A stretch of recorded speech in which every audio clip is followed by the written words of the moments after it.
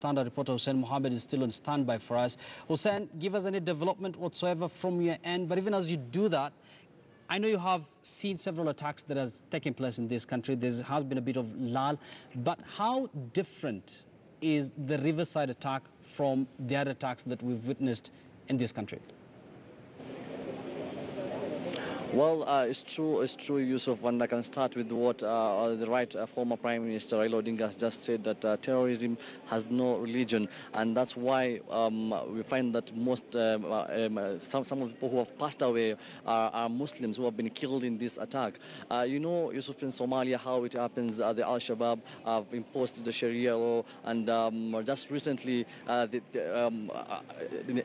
there was a very big attack that happened, and on 2017 there was airstrikes. According to the Bureau of Investigative Journalism, the tally was done and said that more than 400 airstrikes were done by the US in Somalia. That paints a picture of really what happens down there in Somalia, in Mogadishu. And it was no different here. The gunmen, according to what we witnessed when we came yesterday around 3 p.m., they came shooting the cars which were around the Riverside Drive, going inside. No one was spared, Muslims, Christians. It was carried out the same way we witnessed back in Somalia. Yusuf, this attack was different, but as the former Prime Minister saying that terrorism has no religion, most of the people who have suffered are also Muslims. Yusuf.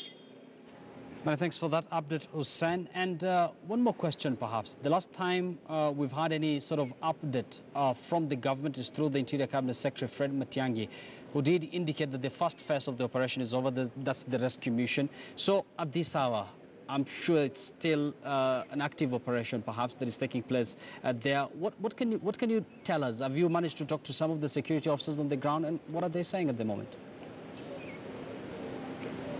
Well, as Yusuf, as I said earlier, it was a trail of destruction and the backdrop of injuries that painted the picture here at our Westlands here in Riverside Drive. According to what the Right Honourable former Prime Minister Raila Odinga, who happened to paint for us a picture, says that there could be some of the people who are still holed up there, but it is normal procedure. They're just trying to clear out so that the people can identify themselves, who they are, and they can be released and out of the building. Right now, as you can see behind me, nothing much is happening. The normalcy is returning slowly. Public are still passing through. You can see cars around here. The police had cordoned off this area from my left side in Chiromo and upper side in Riverside Drive. But right now, everything is back to normal, nothing much. But the police officers down inside the hotel are also saying they're still doing more evacuation just to make sure that everything is all right. But just when, so that when the people come back, they can return to their life back as they were before. Yusuf.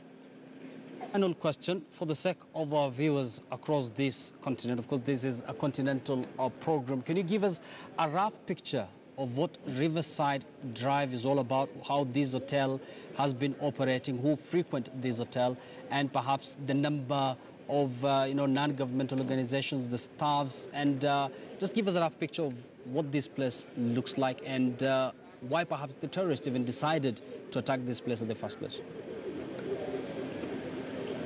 Okay, Yusuf, just to paint for you a picture, right now where I'm standing, this is 14 Riverside Drive. Behind me is the entrance to the Dusit D2 Hotel. The hotel is mostly frequent, the people who frequent the hotel are people, Somalis, most of them who work in the UN or international non-governmental organizations who work here. The hotel is frequented by the international community. There's a hotel there, there's a secret garden hotel, there are rooms there are people who can sleep there. There are different buildings, there are offices inside there. So most of the people who frequent here are people from the international community. Yusuf, just to paint for you a picture, Riverside Drive, a few meters from where I am, there is an embassy down here, and there is then Chiromo Mochari is up there. Up, this is Westlands, then Kileleshwa. This is a neighborhood that mostly frequented by people from the urban area, including the international community. As to why the assailants targeted this area, we could not say why, but just trying to fill up the doors and the thread of really what happened here. But Yusuf, just to get you a real picture is that some of the people who passed on here were members of non-governmental organizations, including the two brothers from TIS who passed on here. And as we continue to monitor the activities here, we'll continue to give you an update of exactly how it happened from yesterday at 3 p.m., at least 18 hours. But now a cloud of hope, resilience is returning back here at 14 Riverside, and the public is still coming here. You can see behind me people are bringing food. It's already around lunchtime. People are getting food, and we are hoping that we'll get a briefing later from the security agencies just to paint for us a picture of exactly where we are as a country. Because Yusuf, you know, right now the Kenya Defense Forces are still in Somalia. Will the defense forces go out of Somalia? That is a question that still begs right now. But for us here is just to monitor activities, and we'll get back to you, Yusuf. Thank you, Hussein, for that update. Of course, we're looking forward to get much more updates from the Riverside Drive. That was our reporter Hussein Mohammed coming to us live from the Riverside Drive. I'm going to take you